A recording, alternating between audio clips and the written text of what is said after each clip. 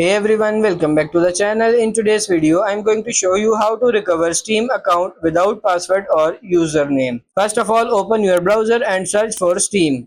And you will get this official website of Steam. Open it and you have to click on Login. Here, signing in window, if you scroll down, you will see here, help, I can't sign in. Click on that and you have to select this, I forgot my Steam account name or password. Now here it will ask you to enter your email address or phone number, but it's not necessary.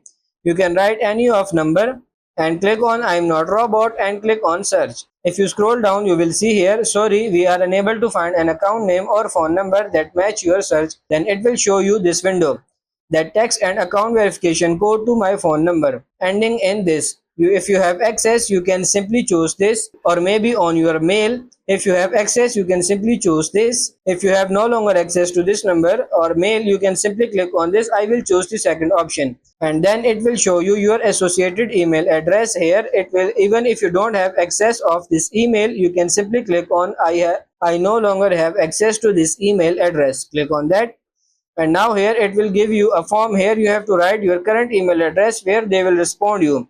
So you have to write your current email address.